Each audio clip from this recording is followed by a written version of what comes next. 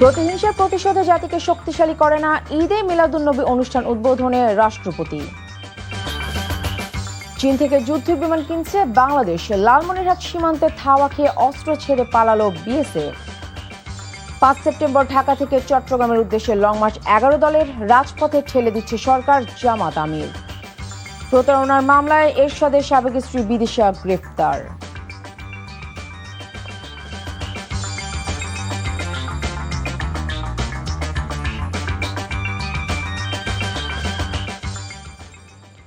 আসসালামু আলাইকুম, নাফিসা তাবাসসুম স্বাগত জানাচ্ছি এনটিভির মধ্যরাতের খবরে। দেখছিলেন আইগাস ইউনাইটেড শিরোনাম, জানাবো পুরো খবর। বিভেদ, প্রতিহিংসা, প্রতিশোধ কোনো জাতিকে শক্তিশালী করে না বলে মনে করেন রাষ্ট্রপতি মির্জা ফখরুল ইসলাম আলমগীর। বায়তুল মোকাররমে ঈদে মিলাদুন্নবীর অনুষ্ঠানমালা উদ্বোধনের সময় এ কথা জানান তিনি।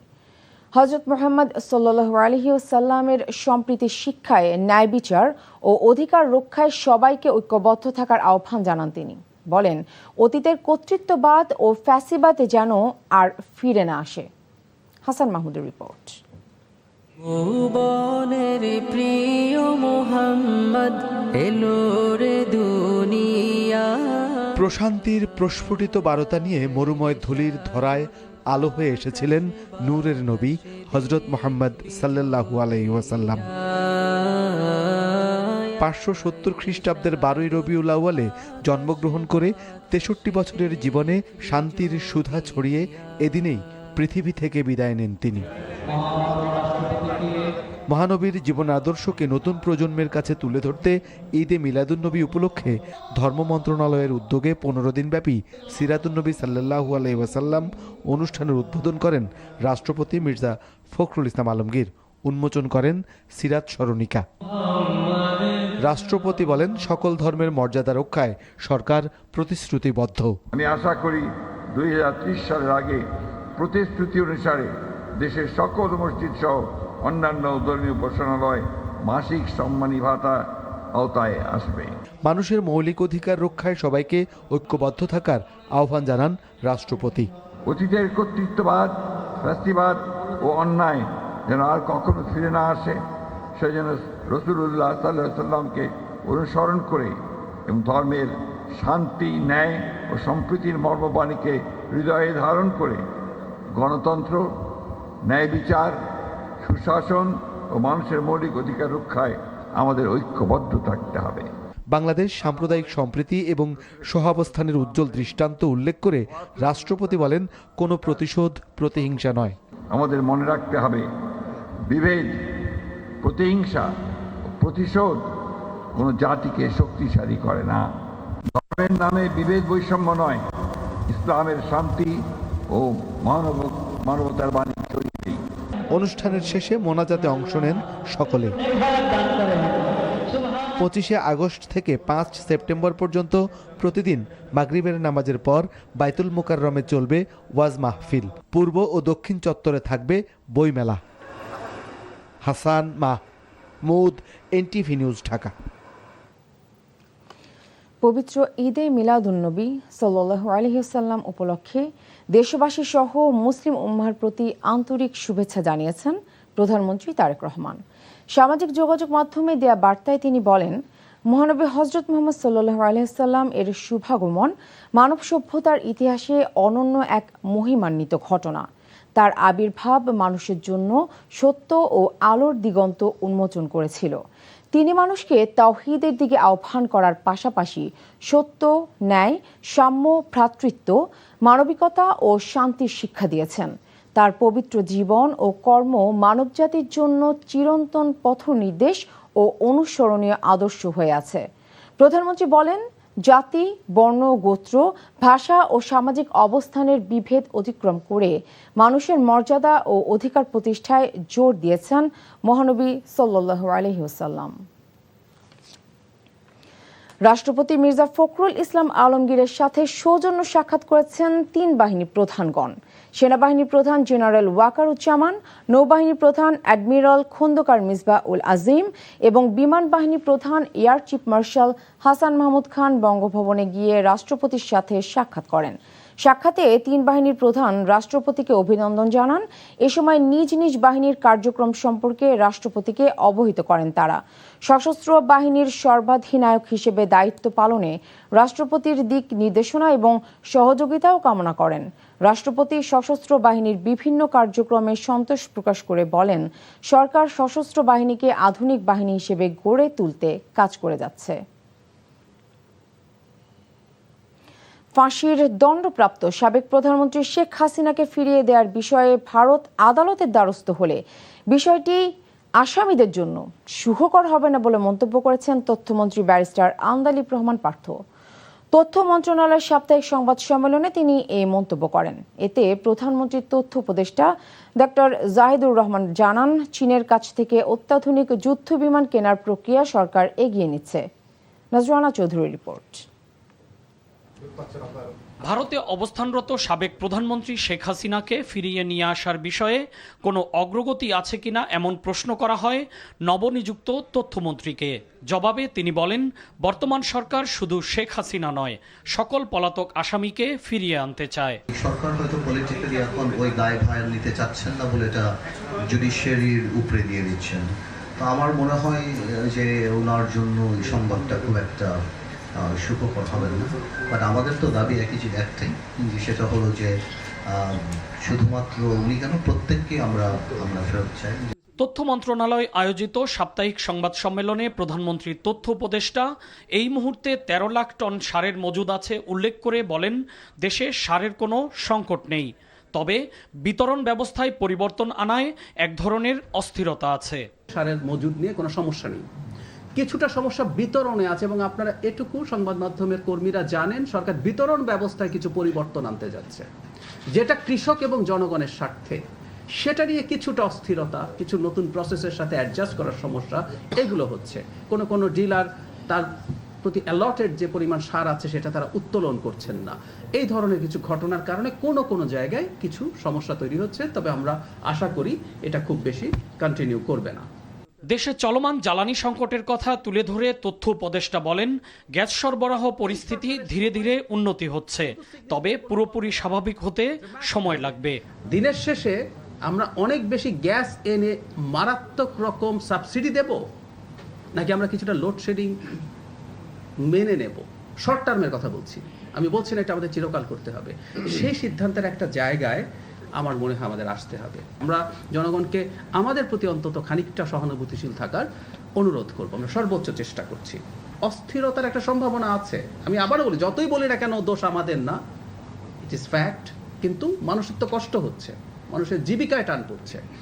সো এই ঝুঁকি তো থাকে, এই ঝুঁকি থাকে, সেই কারণেই সরকার এই নিরাপত্তার ব্যবস্থাগুলো প্রয়োজনে নেবে। চায়নার তৈরি একটা মাল্টিরোল ফাইটার এখন পৃথিবীর, রাফালকে বলা হয় 4.5 জেনারেশনের সবচেয়ে আধুনিক ফাইটারগুলোর একটা, তার সাথে কমব্যাট সিচুয়েশনে খুবই ভালো করেছে। সো বাংলাদেশ সেদিকে মনোযোগ দিয়েছে এবং আশা করা যায় আমরা এই পথে খুব ভালোভাবে এগিয়ে যাচ্ছি। দেশের বিভিন্ন স্থানে তৌহিদি জনতার নামে সাংস্কৃতিক কর্মকাণ্ড বন্ধের হুমকি দেয়া হচ্ছে, এমন বিষয়ে সরকারের বক্তব্য জানতে চাইলে তথ্যমন্ত্রী বলেন, যেগুলি ঘটেছে তা বিচ্ছিন্নভাবে ঘটেছে, আগের থেকে পরিস্থিতির উন্নতি হয়েছে বলেও দাবি করেন তিনি। বিটিভি এবং সরকারের যে সংসদ টিভি এটসেট্রা আছে, সেখানে শুধু সরকারের সংসদ সদস্যদের এবং মন্ত্রীদের খবর যাবে তা কিন্তু না। আনুপাতিক হারে opposition members in parliament and opposition parties out of parliament, তাদের খবরও প্রচার করতে হবে আনুপাতিক হারে। Nazrana Chowdhury, NTV news, Dhaka. লালমনিরহাটের হাতীবান্ধা সীমান্তে কৃষকদের সঙ্গে ধস্তাধস্তির পর 2 বিএসএফ সদস্যের অস্ত্র ও ওয়াকিটকি ফেলে পালিয়ে যাওয়ার খবর মিলেছে। পরে বিজিবির কাছে জমা দেয়া 2টি শটগান ও ওয়াকিটকি সেট মঙ্গলবার রাতে পতাকা বৈঠকের মাধ্যমে বিএসএফ এর কাছে হস্তান্তর করা হয়। বৈঠকে কৃষিকাজে হস্তক্ষেপ না করা, পুশিন বন্ধ ও চোরাচালান রোধে পারস্পরিক সহযোগিতার আহ্বান জানানো হয়েছে। এর আগে মঙ্গলবার দুপুরে গোতামারি ইউনিয়নের আমঝোল সীমান্তে ওই ঘটনা ঘটে। বিজিবি জানায়, বাংলাদেশ অংশে কয়েকজন কৃষক কাজ করছিলেন। এ সময় বিএসএফ এর 3 সদস্য সীমান্ত অতিক্রম করে আসে। তর্কাতর্কির এক পর্যায়ে কয়েক কৃষককে মারধর করে বিএসএফ। পরে এলাকার কৃষকরা তাদের ধাওয়া দিলে 2টি শটগান ও একটি ওয়াকিটকি সেট ফেলে নিজেদের সীমান্তে চলে যায় ভারতীয় সীমান্তরক্ষী বাহিনীর ওই সদস্যরা। সংবিধান মেনেই হুমায়ুন কবিরকে পররাষ্ট্র প্রতিমন্ত্রী হিসেবে নিয়োগ দেওয়া হয়েছে উল্লেখ করে আইনমন্ত্রী মোহাম্মদ আসাদুজ্জামান বলেছেন, পররাষ্ট্র প্রতিমন্ত্রী তার ব্রিটিশ পাসপোর্ট ত্যাগ করেছেন। সচিবালয়ে সমাজ কল্যাণ মন্ত্রণালয়ে অনুষ্ঠিত সংবাদ সম্মেলনে তিনি এসব কথা বলেন। নারী ও শিশুদের আইনগত সহায়তা দেওয়ার বিষয়ে ত্রিপক্ষীয় এক সমঝোতা স্মারক স্বাক্ষরে অনুষ্ঠানে তিনি এসব কথা বলেন। নারী ও শিশু বিষয়ক মন্ত্রণালয়, সমাজ কল্যাণ মন্ত্রণালয় ও আইন মন্ত্রণালয়ের মধ্যে এই সমঝোতা স্মারক স্বাক্ষরিত হয়। বর্তমান সরকারের সময়ে কোনো গুমের ঘটনা ঘটেনি এবং পুলিশ বাদী হয়ে কোনো রাজনৈতিক মামলা দায়ের করেনি উল্লেখ করে আইনমন্ত্রী বলেন, বাগেরহাটে কোস্টগার্ডের হাতে গুম হওয়ার অভিযোগের বিষয়ে তদন্ত করা হবে এবং ভুক্তভোগী পরিবারকে সরকারিভাবে আইনগত সহায়তা দেওয়া হবে। প্রথম কথা হলো, আইনে যেটা আছে সেটা আছে। দ্বিতীয় হলো, এই সরকার যেটা করেছেন সংবিধান মেনেই করেছেন, এখানে কোনো ব্যত্যয়ের কোনো কিছু ঘটেনি। শুধু আমরা যা করেছি সাংবিধানিকভাবেই করেছি। Thank you. নাই,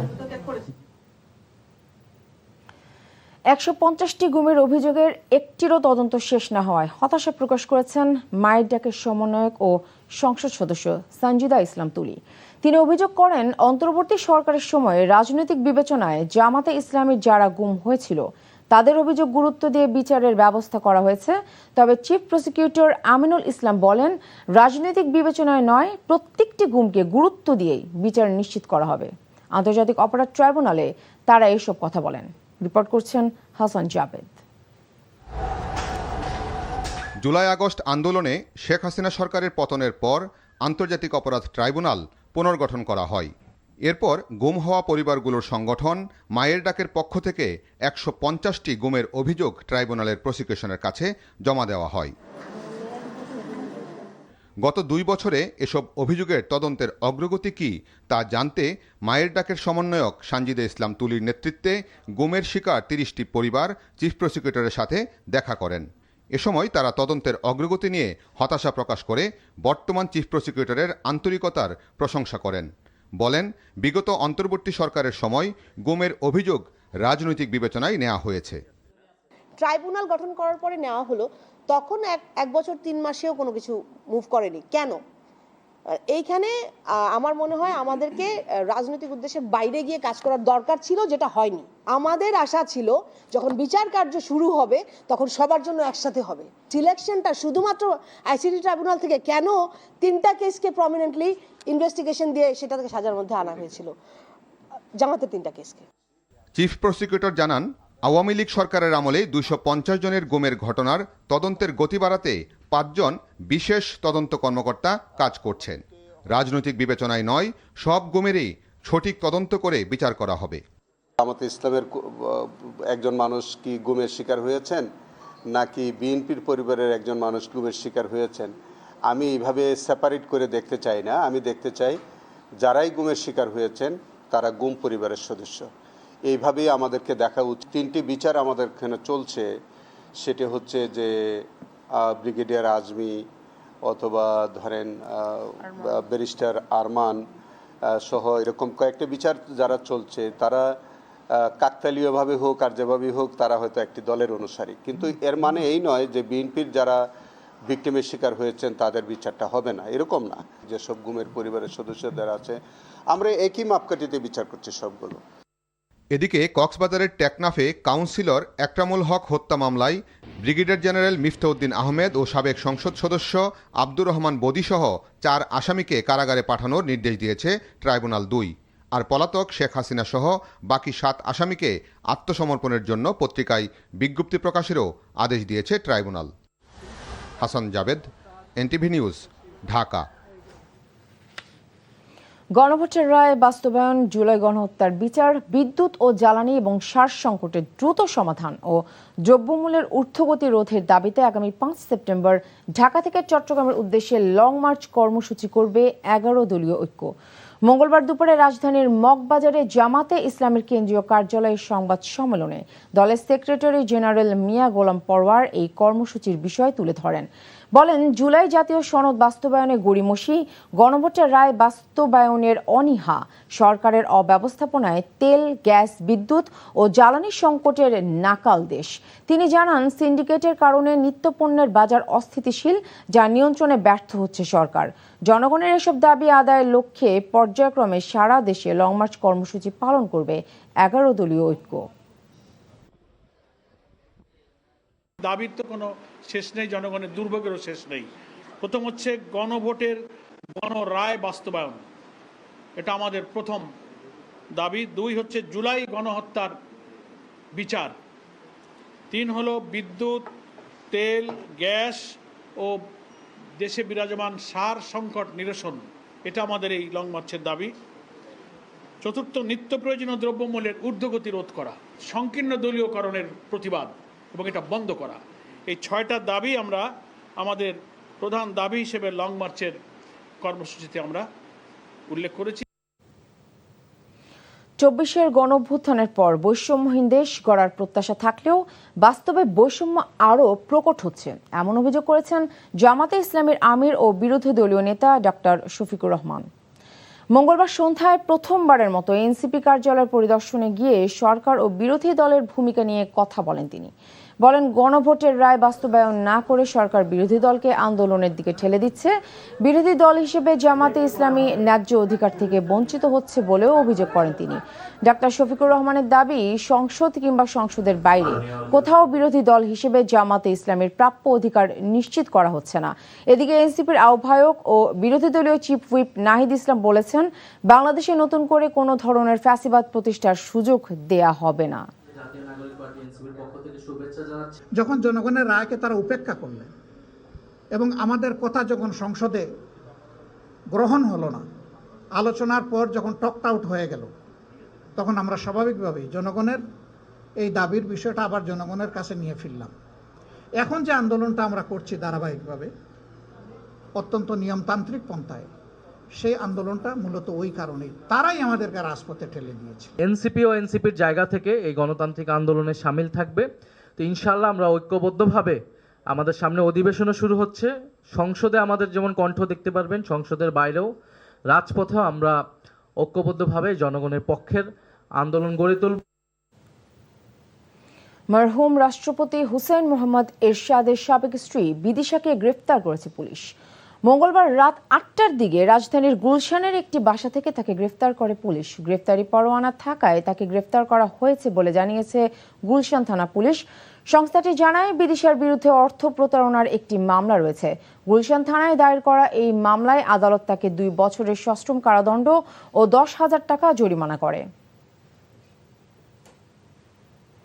রংপুরে অবসরপ্রাপ্ত স্কুল শিক্ষক গণপতি চক্রবর্তী সহ একই পরিবারের 4 জনকে নৃশংসভাবে হত্যা মাদক সেবীরাই করেছে, এমন দাবি করেছেন তদন্তের দায়িত্ব পাওয়া রংপুর মেট্রোপলিটন পুলিশের গোয়েন্দা প্রধান। দ্রুতই এই মামলার আরও গুরুত্বপূর্ণ তথ্য পাওয়া যাবে বলেও জানিয়েছেন তিনি। এদিকে গণপতি চক্রবর্তী ও তার পরিবারের জন্য স্মরণ সভা ও প্রার্থনা অনুষ্ঠিত হয়েছে। রংপুর থেকে AKM মইনুল হকের পাঠানো রিপোর্ট, ছবি তুলেছেন আসাদুজ্জামান আরমান। গত 22 আগস্ট রংপুর নগরীর মাসুয়াপাড়ায় অবসরপ্রাপ্ত শিক্ষক গণপতি চক্রবর্তী, তার স্ত্রী ও ছেলেমেয়ে সহ 4 জনের মৃতদেহ উদ্ধার করে পুলিশ। পরের দিন মামলাটি মেট্রোপলিটন পুলিশের গোয়েন্দা বিভাগকে তদন্তের দায়িত্ব দেওয়া হয়। দায়িত্ব পেয়ে গোয়েন্দা বিভাগের এই কর্মকর্তা জানান, দ্রুতই চাঞ্চল্যকর এই মামলাটির রহস্য উন্মোচন করা হবে। তাদের স্বীকারোক্তি অনুসারে তাদের লুকানো জায়গা থেকে লুণ্ঠিত মালামাল, স্বর্ণালঙ্কার উদ্ধার করা হয়েছিল এবং পরবর্তীতে কালকে আমরা এটা স্বর্ণকারদের টেস্ট করিয়েছি। ওখানে কিছু পরিমাণ স্বর্ণ পাওয়া গেছে, কিছু পরিমাণ ইমিটেশন পাওয়া গেছে। এটা পরবর্তীতে আমরা মালখানায় জমা রেখেছি, হেফাজতে আছে। তা এর ফলে কিন্তু মোটামুটি প্রমাণ হয়ে যায় যে এই বাড়িতে যে অপকর্মটা ঘটেছে এটা কিন্তু এই 2 জনই করেছে।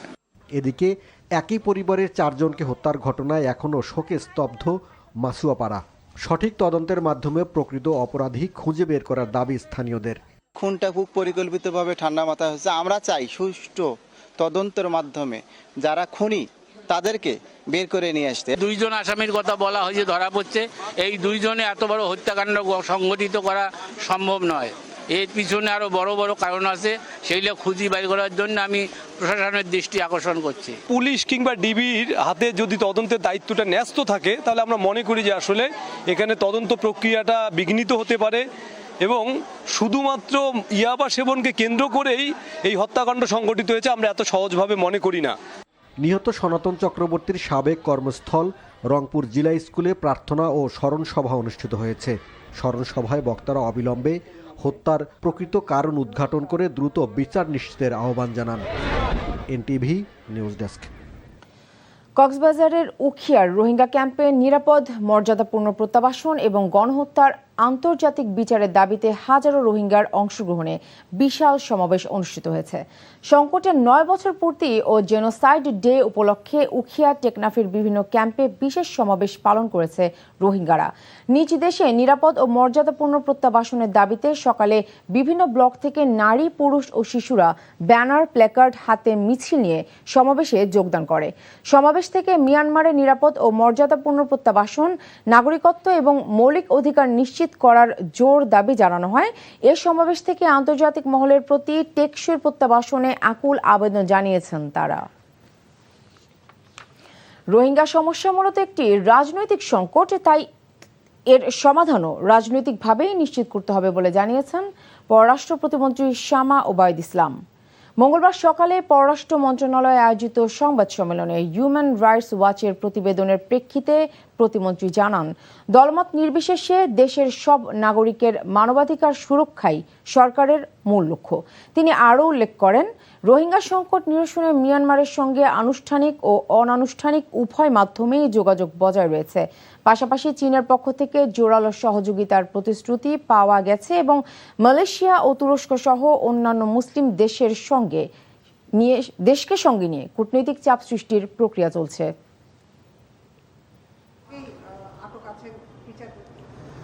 কাঁধে কাঁধ মিলিয়ে মেরুদণ্ড সোজা করে যখন বাংলাদেশ কথা বলছে, বাংলাদেশের প্রধানমন্ত্রী কথা বলছে, তখনও চীন সহ অন্যান্য সকল স্টেক হোল্ডার কিন্তু আরও মনোযোগের সাথে আরও সিরিয়াসলি আমাদের কথাগুলো শুনছে। তো এই জন্য আমরা আশা করি যে বর্তমান প্রেক্ষাপট আগের প্রেক্ষাপট হচ্ছে একটু ভিন্ন, যে এখন যেহেতু বাংলাদেশে একটি নির্বাচিত সরকার, আমাদের নেগোসিয়েশনের জায়গাটা আমাদের আরও শক্ত হয়েছে। এক যুগেরও বেশি সময় ধরে ঝুলে থাকা আলোচিত মানিকগঞ্জের আব্দুল মজিদ হিরণ হত্যা মামলার অবসান হলো। এই ঘটনার ৮ আসামিকে যাবজ্জীবন কারাদণ্ড দিয়েছে আদালত। একই সঙ্গে প্রত্যেককে ২০,০০০ টাকা করে অর্থদণ্ড, অনাদায়ে ৬ মাসের কারাদণ্ড দেওয়া হয়েছে। মঙ্গলবার দুপুরে মানিকগঞ্জের অতিরিক্ত জেলা ও দায়রা জজ আদালতের বিচারক মোহাম্মদ তসিম বিল্লাহ রায় ঘোষণা করেন, অপর ৭ আসামিকে খালাস দেওয়া হয়েছে, আর বিচার শেষ হওয়ার আগেই মারা গেছেন ২ আসামি। আদালত সূত্র জানায়, ২০০৯ সালের ৭ অক্টোবর রাতে সাটুরিয়া উপজেলার রাইল্লা গ্রামের আব্দুল মজিদ হিরণ বাড়ি থেকে বের হন। পরদিন ধলেশ্বরী নদীর পশ্চিম পাড়ের বাগান থেকে উদ্ধার করা হয় তার লাশ। হত্যা মামলায় ১৭ জনের সাক্ষ্য গ্রহণ শেষে অবশেষে রায় ঘোষণা করা হলো। বঙ্গোপসাগরের মহেশখালী চ্যানেলে ভ্রমণ করার সময় নৌকাডুবির ঘটনায় নিউজিল্যান্ডের এক পরিবারের ৩ সদস্যকে উদ্ধার করা হলেও নিখোঁজ রয়েছেন একজন।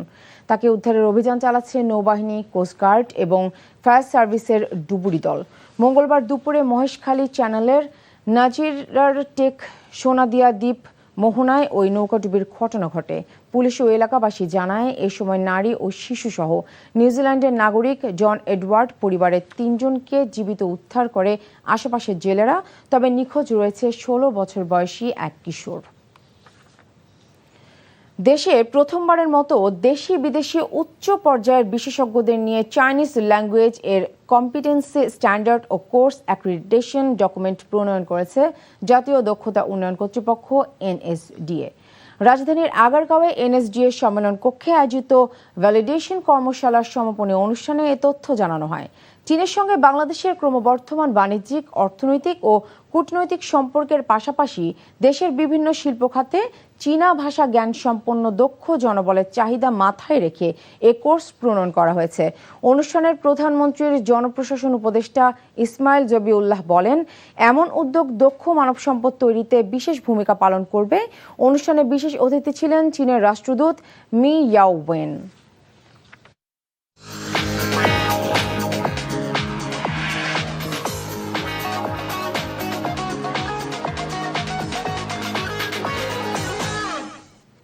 অর্থনীতির খবর।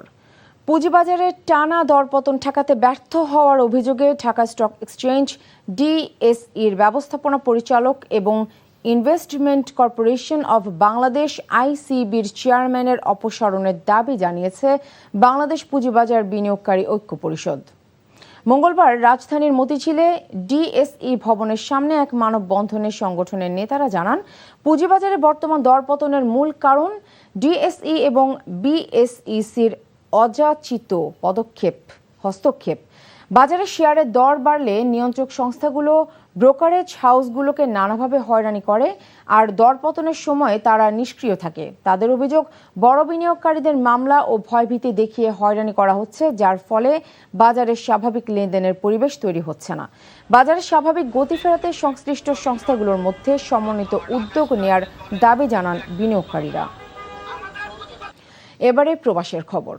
চলতি বছরের প্রথম 3 মাসে পবিত্র ওমরাহ পালন করেছেন 1,52,00,000 ধর্মপ্রাণ মুসল্লি। মক্কা থেকে কামাল পারভেজ অভি জানান, জানুয়ারি, ফেব্রুয়ারি এবং মার্চে দেশীয় ওমরাহ পালনকারীর সংখ্যা 94 লাখ। প্রথম প্রান্তিকে আন্তর্জাতিক ওমরাহ পালনকারীদের সৌদি আরবের প্রবেশের প্রধান মাধ্যম ছিল বিমানবন্দর।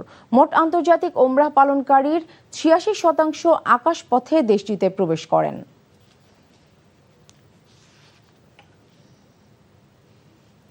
পবিত্র ওমরাহ পালনে যাওয়া বিএনপি নেতাদের সংবর্ধনা দিয়েছে সৌদি আরব প্রবাসী নেতারা। জেদ্দা থেকে মাসুদ সেলিম জানান, সংবর্ধিত অতিথিরা হলেন বিএনপির কেন্দ্রীয় বাণিজ্যিক বিষয়ক সম্পাদক সালাউদ্দিন আহমেদ, ঢাকা মহানগর দক্ষিণ বিএনপি সদস্য সচিব তানভীর আহমেদ রবিন, ঢাকা 4 ও 5 আসনের নির্বাচন পরিচালনা কমিটির প্রধান সমন্বয়ক ইমরান আহমেদ রাসেল। জেদ্দা কিং আব্দুল আজিজ আন্তর্জাতিক বিমানবন্দরে তাদেরকে ফুলের শুভেচ্ছা জানান মোহাম্মদ শাহজাহান, মোহাম্মদ তসলিম উদ্দিন, ইঞ্জিনিয়ার তজুল ইসলাম, মোজাম্মেল হোসেন, জামাল হোসেন স্বপন, আফজাল হোসেন মৃধা সহ অন্য নেতাকর্মীরা। এ সময় প্রবাসীদের বিভিন্ন সমস্যা ও আগামী দিনের কর্মকৌশল নিয়ে মত বিনিময় করেন নেতারা। আমিরাতে স্বয়ংক্রিয়ভাবে ভিসা বাতিল ও নবায়ন সম্পর্কিত চলমান জটিলতার বিষয়গুলো সংসদে তুলে ধরার আশ্বাস দেন চট্টগ্রাম 2 আসনের সংসদ সদস্য সরওয়ার আলমগীর। আমিরাত থেকে মামুনুর রশিদ জানান, দুবাইয়ে এক গণসংবর্ধনায় যোগ দিয়ে এ আশ্বাস দেন তিনি। আমিরাতে ফটিকছড়িবাসীর উদ্যোগে সংবর্ধনায় সভাপতিত্ব করেন দুবাই বিএনপির আহ্বায়ক রফিকুল আলম। হুমায়ুন কবির সুমন ও এরশাদের সঞ্চালনায় উদ্বোধনী বক্তব্য দেন জামাল উদ্দিন। বিশেষ অতিথি ছিলেন আব্দুস সালাম তালুকদার। বক্তব্য রাখেন শ্রমিক দলের সভাপতি মাহে আলম, শারজাহ বিএনপির সভাপতি ইঞ্জিনিয়ার করিমুল হক, দুবাই বিএনপির সদস্য সচিব মুজিবুল হক মঞ্জু, নূর হোসেন সুমন, শামসুন নাহার স্বপ্না সহ অন্যরা। সংবর্ধনা অনুষ্ঠানে বিএনপির এমপির কাছে ফটিকছড়ির সার্বিক উন্নয়নের আহ্বান জানান প্রবাসীরা।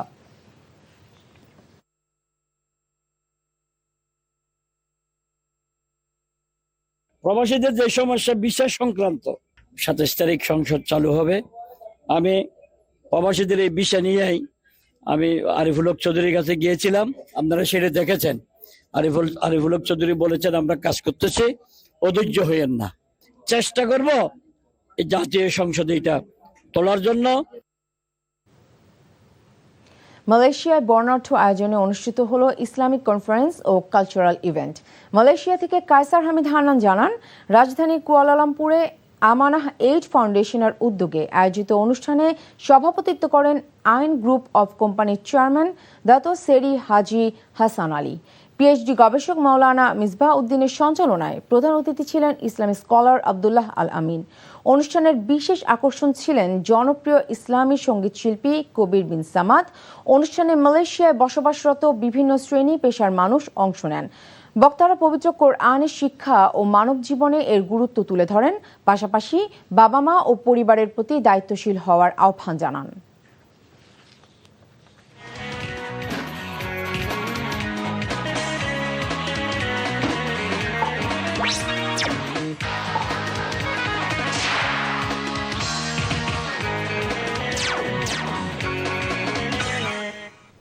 এবারে খেলার খবর। ব্রাজিলের বাংলাদেশে আসতে চাওয়াটা ইতিবাচক, তবে কোটি টাকা ব্যয়ে ব্রাজিলকে এনে দেশের ফুটবলের প্রকৃত উন্নয়ন হবে কিনা তা নিয়ে সন্দেহ প্রকাশ করেছেন যুব ও ক্রীড়া প্রতিমন্ত্রী আমিনুল হক। আমরা যেটি বিশ্বাস করি যে ব্রাজিল টিম যদি আসে বাংলাদেশে এবং এসে যদি আমার বাংলাদেশ টিমের সাথে খেলে, এটি বাংলাদেশের জন্য আমি মনে করি অনেক বড় অ্যাচিভমেন্ট। কিন্তু আমার বাংলাদেশ ফুটবল কতটুকু এগোবে এটার মাধ্যমে, এটা নিয়ে আসলে আমি খুব বেশি আশাবাদী না। এই কারণ হচ্ছে যে ম্যাচ হবে, হয়তোবা বাংলাদেশ ব্রাজিলের সাথে খেলবে, সেটার একটা দর্শক, আমাদের বাংলাদেশের মানুষের যে এক্সপেকটেশন, সেটা হয়তোবা একটা স্বপ্ন পূরণ হবে। খবর শেষ করছি, যাবার আগে আইগ্যাস ইউনাইটেড শিরোনামগুলো আরও একবার। প্রতিহিংসা প্রতিশোধ জাতিকে শক্তিশালী করে না, ঈদে মিলাদুন্নবী অনুষ্ঠানে উদ্বোধনে রাষ্ট্রপতি।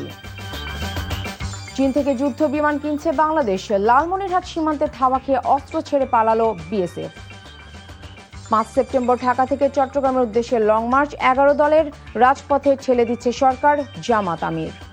প্রতারণার মামলায় এরশাদের সাবেক স্ত্রী বিদিশা গ্রেফতার।